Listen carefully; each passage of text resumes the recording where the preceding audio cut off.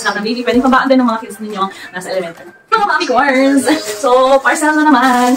Eto, Marie, alam mo yung Marie na biskwit? So, susubok naman tayo ngayon ibang mga biskwit na pwede natin ipakain kay baby. Parang meron siya pack snack. Buksan natin. Natandaan ko nung bata ako, yung mga batang 90s dyan.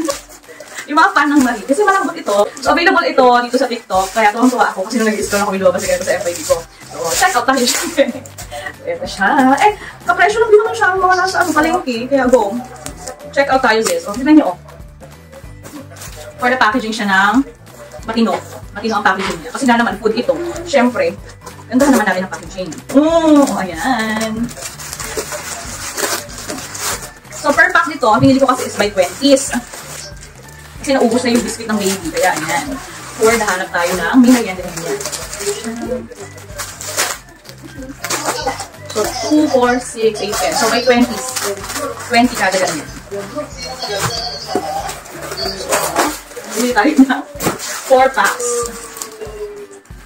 So, bumili kayo ng 4 packs mga mami cores para mas makatipid kayo sa shipping. So, matagal na ito mauubos.